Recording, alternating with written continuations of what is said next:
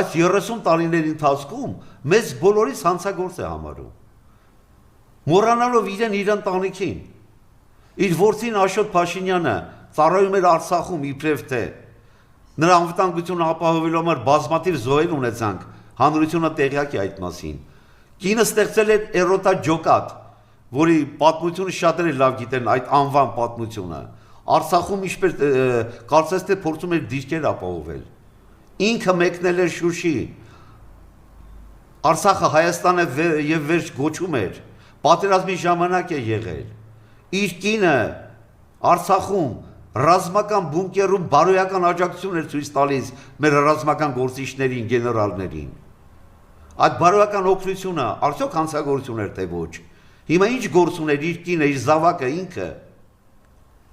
Մենք արդեն 2 եւ ավել տարի ասում ենք, որ Ալիևը ունի կոնկրետ ցուցակներ,